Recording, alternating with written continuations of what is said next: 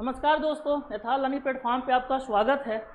दोस्तों, हमारी जो पेट की सीरीज चल रही है, इसमें आज हम देखें तो आज हमारी क्लास है, ये है संविधान की।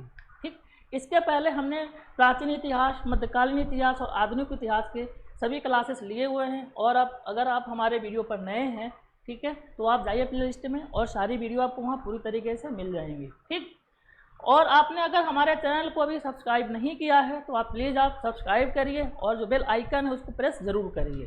ठीक है, और हम भी बिल्कुल पूरी तरीके से अंतिम जो एग्ज़ाम है आपका वहाँ तक बने रहेंगे। और ये जो हमारी सीरीज चल रही है, जो भी हम टॉपिक यहाँ पे आपको हम क्लास में पढ़ा रहे हैं, ये सभी बिल्कुल पेट का जो सिलेबस है, बिल्कुल पेट के सिलेबस में जितने टॉपिक मेंशन हैं उन बिल्कुल उसी टॉपिक के आधार पर हम चल रहे हैं। ठीक है, तो आपको भी बिल्कुल उसी टॉपिक को फॉलो करते हुए चलना है और केवल उन्हीं टॉपिक को अच्छे से पढ़ना है। ठीक, और जो क्वेश्चन है वो पूरा सिलेबस के अनुरूप ही आने वाले हैं आपके पेपर में। ठीक है, तो आज का जो हमारा नया जो टॉपिक है संविधान का, और ये है मौलिक कर्तव्य। बहुत ही महत्वपूर्ण, बहुत ही प्यारा और छोटा सा टॉपिक है।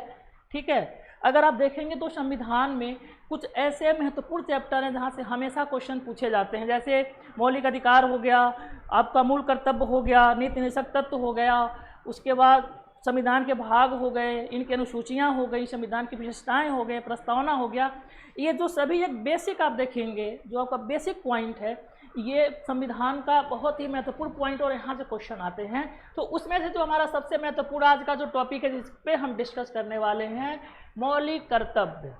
ठीक है, मौलिक कर्तव्य जो हमारा आज का टॉपिक है, इसमें जो भी महत्वपूर्ण तथ्य होंगे उन सभी पर हम डिस्कस करेंगे। ठीक, पहले हम थोड़ा सा शुरुआत में हम मौलिक अधिकार और मौलिक कर्तव्य पे थोड़ा सा हम शॉर्ट में, बिल्कुल ब्रीफ में हम बात करेंगे, एक बेसिक हम तथ्यों को देखेंगे। उसके बाद जितने भी महत्वपूर्ण जो तथ्य हैं मौलिक कर्तव्य के, उनको सभी को हम पढ़ते हुए और समझते हुए चलेंगे। ठीक है, तो आइए अब शुरू करते हैं हम मौलिक कर्तव्य से संबंधित जो भी महत्वपूर्ण तथ्य है। अगर हम देखें मौलिक कर्तव्य, तो सबसे पहले थोड़ा सा आप समझिए कि मौलिक कर्तव्य और मौलिक अधिकार में क्या डिफरेंस है। What is the difference between fundamental duties and fundamental right. इस पर तो हम बेसिक बिल्कुल इन ब्रीफ थोड़ा सा देखेंगे हम। तो अगर हम देखें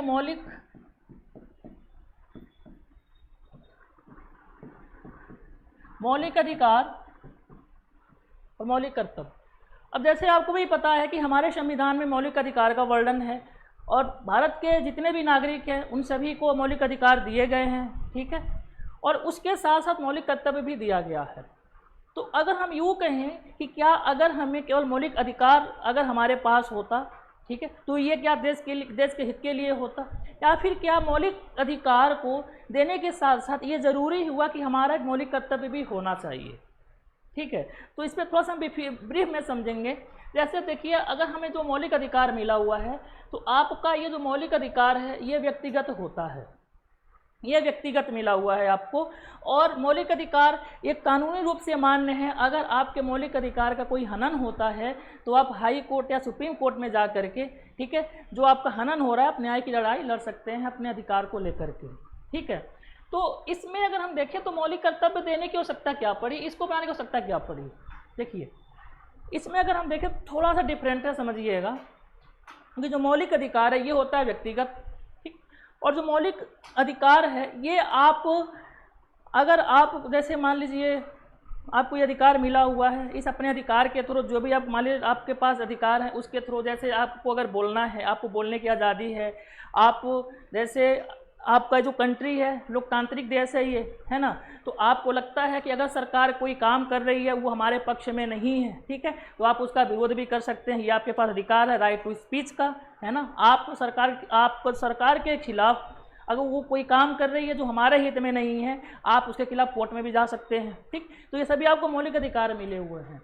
तो उसके साथ साथ मौलिक कर्तव्य इसलिए बनाया गया कि जब भी आप मौलिक अधिकार का प्रयोग करते हैं तो उसके साथ साथ कहीं ना कहीं आपके जहन में, आपके माइंड में, दिमाग में ये होना चाहिए कि अगर आप इस देश के नागरिक हैं, आपको मौलिक अधिकार मिला हुआ है, तो कहीं ऐसा ना हो कि हम अपने अधिकार का प्रयोग जो कर रहे हैं पर्सनल फायदे के लिए लगे करने, या फिर अपने अधिकार के प्रयोग करने के चक्कर में हम इस देश का जो शांति है, जो सुरक्षा है, उसको हम भंग कर रहे हैं, या फिर इस देश के खिलाफ हम कोई कार्य कर रहे हैं। ठीक है, तो मौलिक जो अधिकार के साथ साथ मौलिक कर्तव्य को इसलिए बनाया गया कि आप अपने मौलिक अधिकार को एक दायरे में रह करके उसका उपयोग करिए। ठीक है, क्योंकि अब मान लीजिए अगर हम भारत के नागरिक हैं तो हमारी ये जिम्मेदारी बनती है कि हम भी देश के हित के बारे में सोचें, और ये देश के हित के बारे में सोचने के लिए कौन बताता है? ये मौलिक कर्तव्य बताता है, जो हमारा नैतिक कर्तव्य भी है। अगर मान लीजिए हमारा जो नेशनल फ्लैग है तिरंगा, तो ये जिम्मेदारी है हमारी कि हमें अपने नेशनल फ्लैग का सम्मान करना है। ठीक है, जो पर्यावरण है उसका हमें सम्मान करना है, उसको बचाना है पर्यावरण को। ठीक, हमारे जो जितने भी ऐतिहासिक धरोहर हैं उनकी सुरक्षा करनी है। ठीक है, तो ये सभी नैतिक कर्तव्य हैं। तो मौलिक अधिकार के साथ साथ इसलिए इसको बनाया गया कि अब ऐसा ना हो कि जैसे मान लीजिए अगर हमारे पास मौलिक अधिकार व्यक्तिगत रूप में मिला हुआ है तो हम अपने मौलिक अधिकार का प्रयोग करने के चक्कर में हम किसी दूसरे के मौलिक अधिकार का हनन करें। ठीक, तो अगर आपसे यूँ पूछूं कि मौलिक अधिकार का एक सिंप्लिसिटी या फिर एक आसान सा डिफिनेशन, सिंपल डिफिनेशन क्या होगा, तो सिंपल डिफिनेशन होता है मौलिक अधिकार का कि हम अपने मौलिक अधिकार के साथ साथ, अगर हम अपने मौलिक अधिकार का प्रयोग कर रहे हैं तो उसके साथ किसी दूसरे व्यक्ति के जो अधिकार है उसका हनन ना हो। ठीक, ये मौलिक अधिकार का एक बिल्कुल सिंपल सा एक डिफिनेशन है। ठीक है, तो ये कुछ बेसिक जानकारी थी जो डिफरेंट था, जो आपको समझाना ज़रूरी था, उसको हमने बताया। कुछ और महत्वपूर्ण तथ्य जान लेते हैं। एक महत्वपूर्ण तथ्य ये भी है कि जो मौलिक अधिकार है ये व्यक्तिगत रूप से मिला हुआ है, और ये मौलिक अधिकार भारतीयों के लिए भी है, और कुछ ऐसे मौलिक अधिकार है जो विदेशियों के लिए, विदेशियों के जो उसमें दिए गए हैं।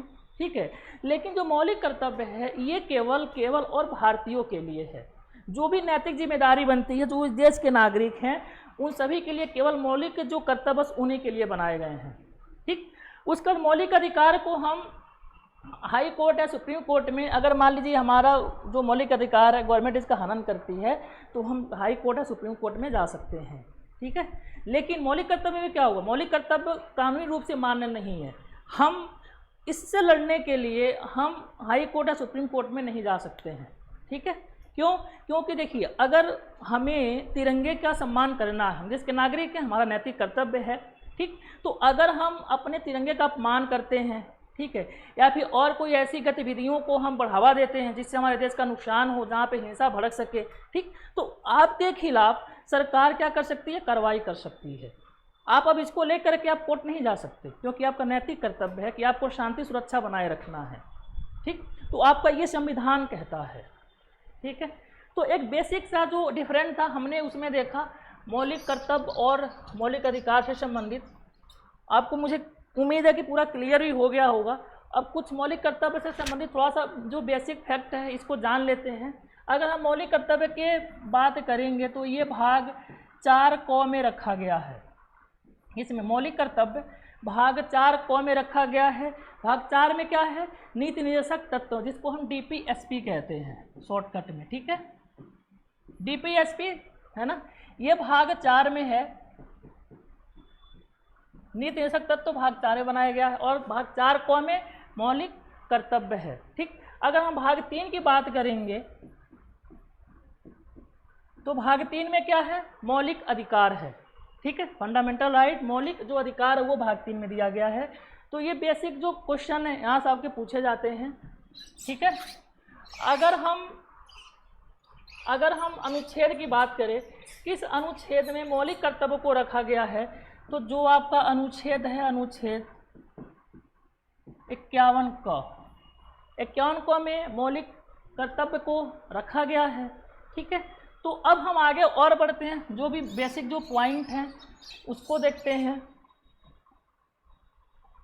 चलिए, इसमें अगर हम देखें तो मूल संविधान में मौलिक जो मूल रूप से अगर आप देखेंगे जो मूल संविधान है उसमें मौलिक कर्तव्य का कोई जिक्र नहीं है।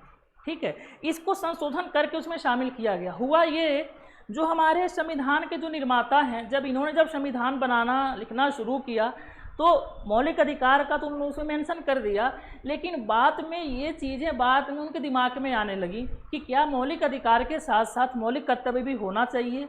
ठीक है। तो इसमें एक कमेटी बैठाई गई और जब उस कमेटी ने सुझाव दिया तो उस कमेटी के आधार पर ठीक इसमें संशोधन किया गया और संशोधन करके फिर मौलिक कर्तव्य को शामिल किया गया। तो अगर आप एग्जाम में क्वेश्चन ये पूछे कि क्या संविधान में, मूल संविधान में मौलिक कर्तव्य का वर्णन है, तो नहीं। क्लियर। तो आपका एक बेसिक क्वेश्चन यहाँ से बनेगा। उसके बाद देखें तो 42वें संविधान संशोधन 1976 में, ठीक है, कौन सी कमेटी थी? सरदार स्वर्ण सिंह कमेटी। सरदार स्वर्ण सिंह कमेटी की सिफारिश पर, ठीक है, मौलिक कर्तव्य को क्या किया गया, उसमें ऐड किया गया था। ठीक है। अगर आप शुरुआत में देखेंगे तो ये जो सरदार स्वर्ण सिंह कमेटी जो बैठाई गई थी, जिसने अपनी सिफारिश किया था मौलिक कर्तव्य को लेकर के, तो सरदार स्वर्ण सिंह कमेटी के अनुसार केवल इसने 8 मौलिक कर्तव्यों को शामिल किया था। ठीक है।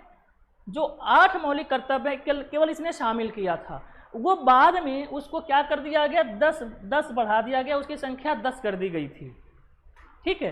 तो अगर हम इसे बेसिक सा क्वेश्चन देखें कैसे बनेगा, तो किस संविधान संशोधन के तहत इसको शामिल किया गया था? तो 42वें संविधान संशोधन के तहत शामिल किया गया था। कब किया गया था? 1976 में। समिति कौन सी थी? सरदार स्वर्ण सिंह समिति। कौन सी समिति? सरदार स्वर्ण सिंह समिति थी। और उसमें एक और फैक्ट ऐड कर लीजिएगा, सरदार स्वर्ण सिंह समिति के अनुसार इन्होंने ये कहा था कि 8 मौलिक कर्तव्य होने चाहिए। इसने 8 मौलिक कर्तव्य का सुझाव दिया था। बाद में इसकी संख्या बढ़ा करके 10 कर दी गई थी। ठीक है।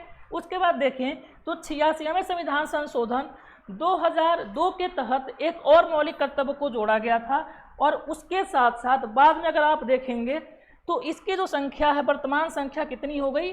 11 हो गई। ठीक है। बाद में 11 हो गई।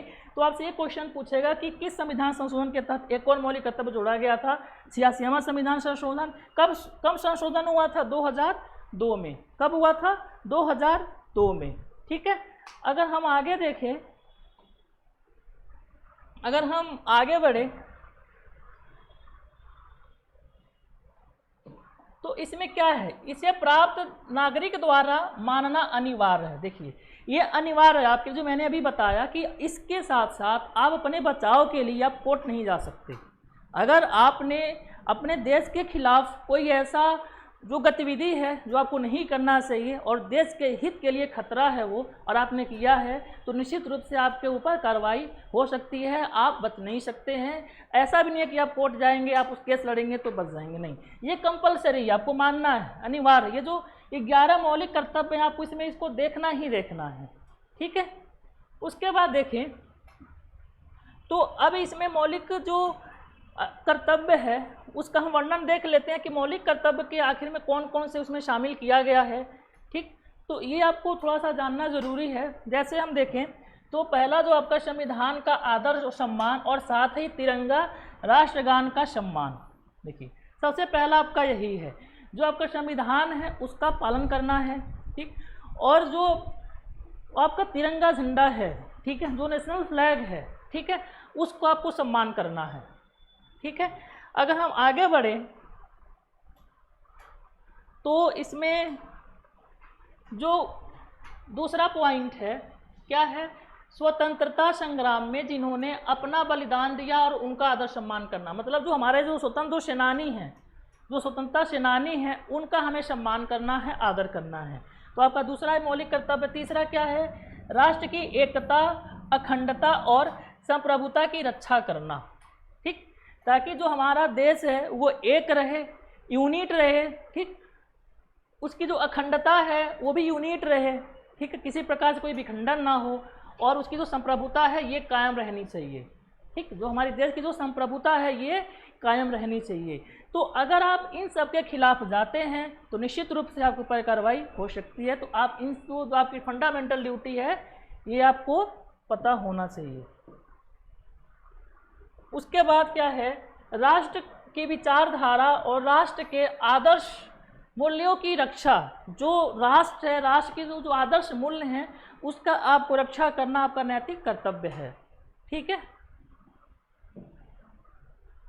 बाकी आगे देखते हैं हम, और उसमें क्या है, भारतीय संस्कृति संरक्षण को बढ़ावा देना। ठीक, जो भारत की जो संरक्षण जो संस्कृति है, जो कल्चरल भारत का जो कल्चर है, इसको आपको बढ़ावा देना है। तो ये आपके मौलिक कर्तव्य में शामिल है। उसके बाद नागरिकों को एक समान आदर और सम्मान देना। ठीक, नागरिकों को एक समान आदर और सम्मान करना, ये भी हमारा क्या है, फंडामेंटल ड्यूटीज़ है।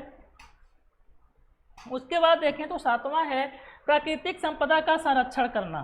ठीक, जो प्राकृतिक संपदा यानी जो हमारे वन हो गए, पेड़ पौधे हो गए, और उसके बाद जो हमारे जीव जंतु हो गए, है ना, तो उनकी रक्षा करना, सुरक्षा करना, ये हमारा नैतिक कर्तव्य है।